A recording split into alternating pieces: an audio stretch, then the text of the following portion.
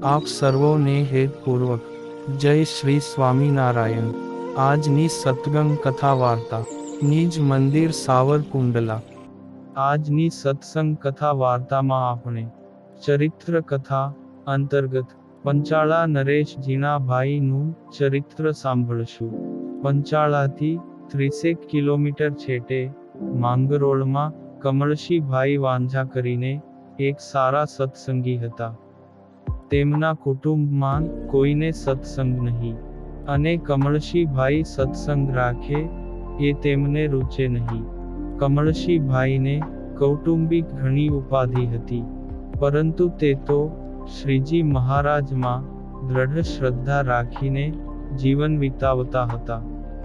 વૃદ્ધાવસ્થા થતાં કમળશીભાઈ ખૂબ બીમાર પડ્યા।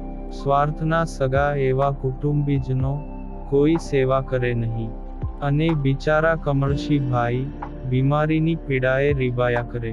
કોઈ કામ પ્રસંગે ઝીણાભાઈને માંગરોળ આવવાનું થયું।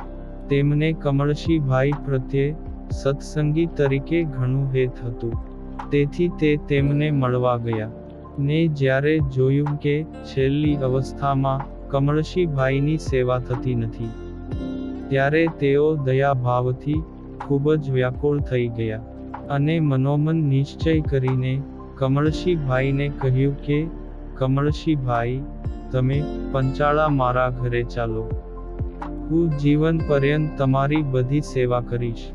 અરે દરબાર, આપને મારાથી એવી તકલીફ કેમ અપાય? એમ કહેતા કહેતા કમળશીભાઈની આંખમાં આંસુ આવી ગયા।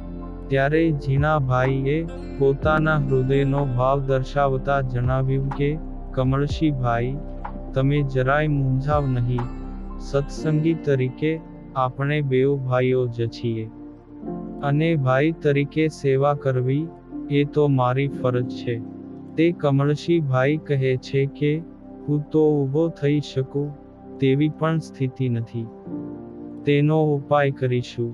એમ કહેતાં ને ઝીણાભાઈ ઘરની બહાર નીકળ્યા, અને કમળશીભાઈને ખાટલો ઊંચકીને પંચાળા મૂકી જવા માટે 4 મજૂરોની શોધ કરવા લાગ્યા, પરંતુ ગામમાંથી 3 જ મજૂર મળ્યા, અને હવે માંદાની સેવા માટે વધુ સમયનો વિલંબ કરવો યોગ્ય ન લાગતા 3 મજૂરો સાથે જ તે પાછા ફર્યા, ને ત્રણેયને ખાટલો ઉપાડવા કહ્યું। કમળશીભાઈ તો ઝીણાભાઈનો આવો પ્રેમ જોઈ સ્તબ્ધ થઈ ગયા હતા। ચોથા મજૂર વગર કેવી રીતે ખાટલો ઊંચકાશે, તેનો કમળશીભાઈ વિચાર કરે તે પહેલા જ ઝીણાભાઈએ તો તેમનો ખાટલો ઉપાડ્યો। પંચાળાના ગામધણી દરબાર અને માંગરોળ માન પણ સુપ્રસિદ્ધ એવા ઝીણાભાઈ જરાય શરમ કે સંકોચ રાખ્યા વગર 3 મજૂરોની સાથે ખાટલો ઊંચકીને ગામમાંથી પસાર થવા લાગ્યા।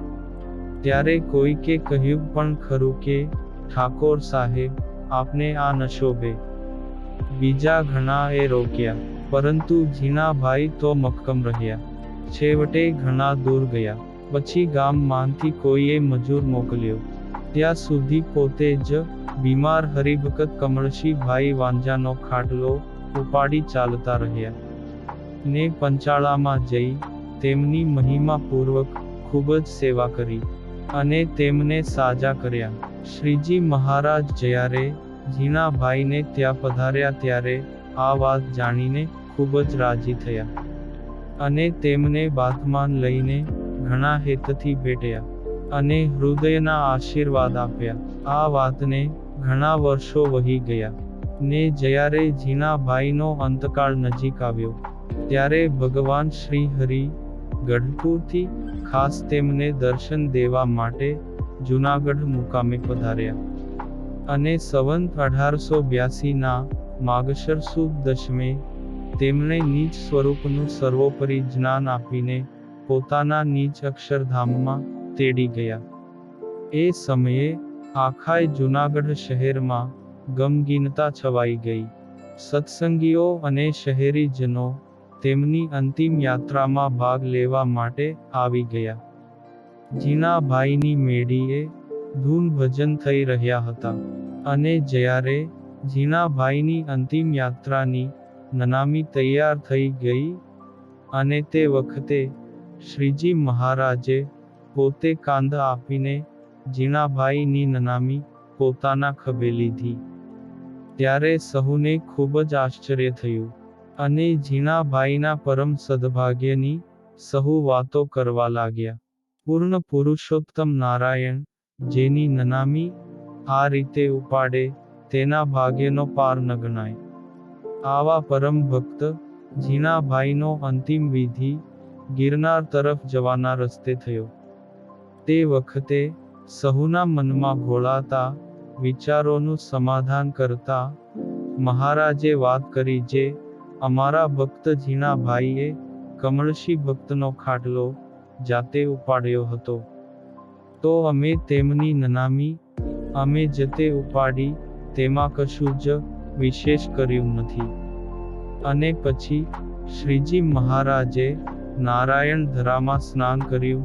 આમ સત્સંગીઓનો પક્ષ રાખનારા ને સેવા કરનારા ભક્તો ઉપર ભગવાનની ઘણી પ્રસન્નતા ઉતરે છે. આ પવિત્ર પ્રસંગ આપણે સત્સંગ સાગરના મોતીમાંથી સાંભળ્યો. અને હવે પછીની કથા વાર્તા આપણે આગળના ભાગમાં સાંભળશું.